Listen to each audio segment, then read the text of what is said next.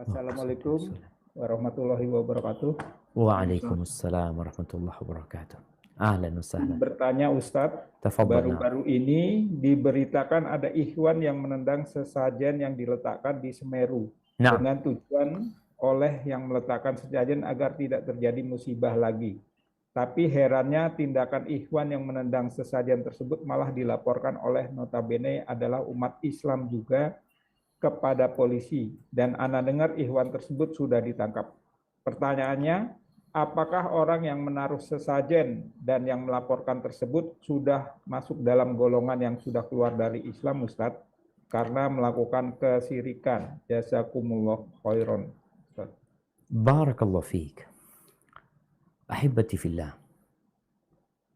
Kita perlu belajar agama ini dan belajar tentang bagaimana menyampaikan agama ini.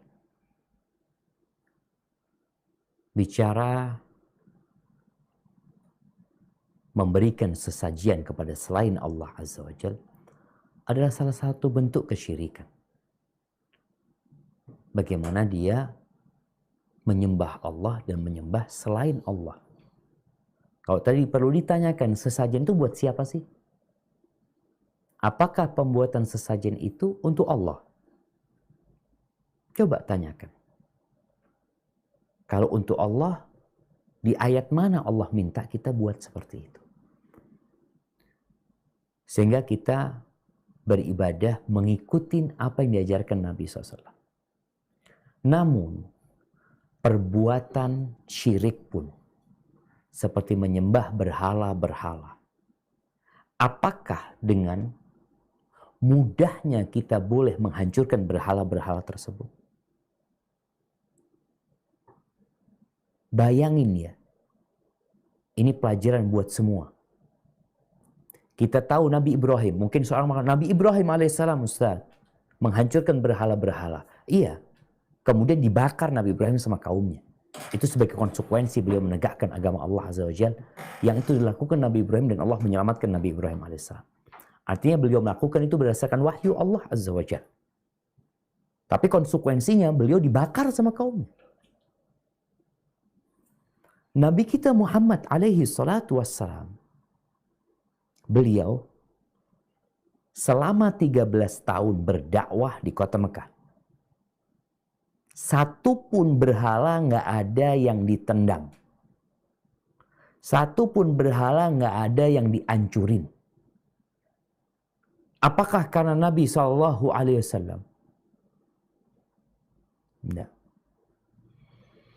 Ana sampai takut mengucapkan hal ini. Nabi SAW membiarkan.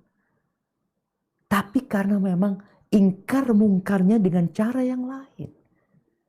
Rasulullah SAW mengatakan, Man ra'a minkum mungkaran falyughayyirhu biyadi. Barang siapa yang melihat kemungkaran, hendaklah merubah dengan tangannya. Fa'in lam yastati' fabilisan. Kalau nggak mampu, maka dengan lisannya. Nabi nggak mampu merubah selama 13 tahun.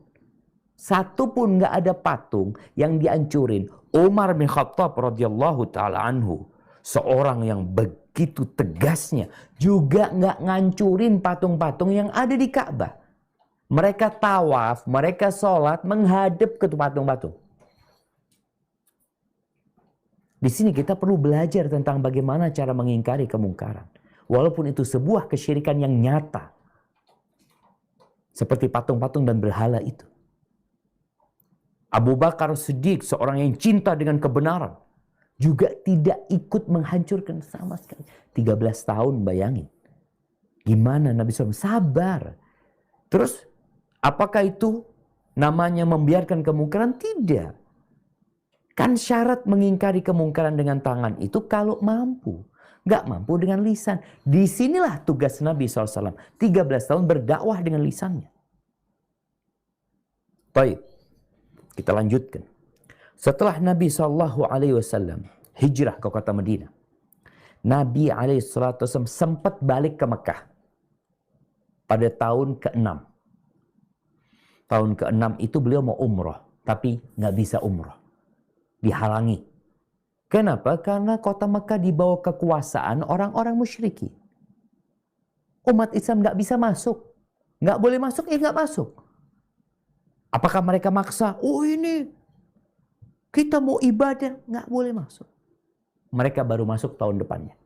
Tahun ke-7, Rasulullah SAW yang sudah membangun masyarakat madani.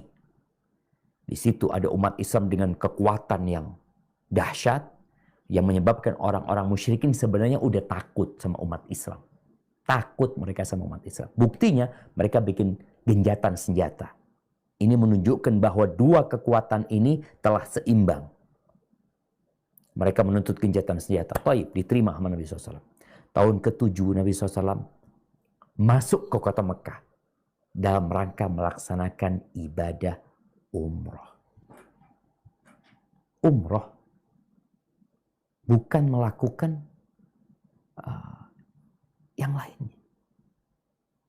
Ketika mereka berangkat ke sana, melaksanakan ibadah umroh, 1.400 sahabat kira-kira jemaah. Tawaf, 360 berhala ada di sana.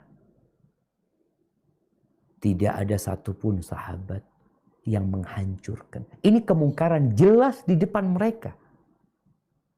Beliau tidak melakukan apa-apa. Kenapa? Karena ini di bawah kekuasaan orang lain.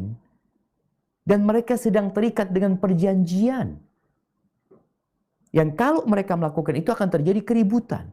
Loh ini gimana kesyirikan? Iya, kan ada adab etikanya. Bagaimana mengingkari dengan lisan. Mendakwain orang-orang tersebut. Nabi terus mendakwain mereka. Qulu la ilaha illallah. Qulu la ilaha illallah. Beliau terus. Baik, 3 hari Nabi SAW berada di Mekah. Melaksanakan ibadah umrah, sholat di sana, menghadap kemana? Tuh, ke Ka'bah yang di situ ada 360 patung. Setelah 3 hari balik. Nggak ada satu patung yang dimasukkan kemana, disembunyikan, nggak ada. Sampai ke kota Madinah setahun kemudian. Orang-orang musyrikin mengkhianati perjanjian. Nabi balik ke kota Mekah. Tapi sebagai penakluk. Karena mereka berkhianat.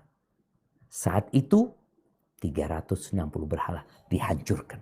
Dengan tangan Nabi SAW beliau menunjuk dengan tongkatnya. Hancur tuh jamaah. Jadi yang terjadi kemarin inilah kurangnya hikmah. Mungkin ada orang melakukan sesajen. Apa kalau sudah dakwain mereka? Ajak mereka. Sehingga tidak menjadi sebuah hal yang kontraproduktif. Tetap ini bukan berarti sesajen itu boleh, enggak. Sebagaimana sampaikan tadi, 360 berhala itu ada di sana, Nabi tidak menghancurkannya, bukan berarti itu boleh, enggak. Itu tetap perbuatan mungkar. Tapi kan bagaimana cara kita mengingkarinya? Dan kita tidak boleh terlalu fokus, oh gimana dengan orang itu, gimana dengan yang melaporkannya. Udahlah, mereka mungkin juga nggak ngerti, mungkin juga nggak paham. Ini tugas kita juga mendakwain mereka. Mungkin itu yang dapat jawaban Ana ya. Tapi jelas tadi, kesyirikan tetap kesyirikan. Kemungkaran tetap kemungkaran. Hanya bagaimana cara kita mengingkarinya. Nabi SAW sudah memberikan tahapan-tahapan. Dan beliau juga sudah memberikan contoh yang real. Yang seharusnya kita umat Nabi SAW mengikuti Nabi SAW. Barakallahu fikna.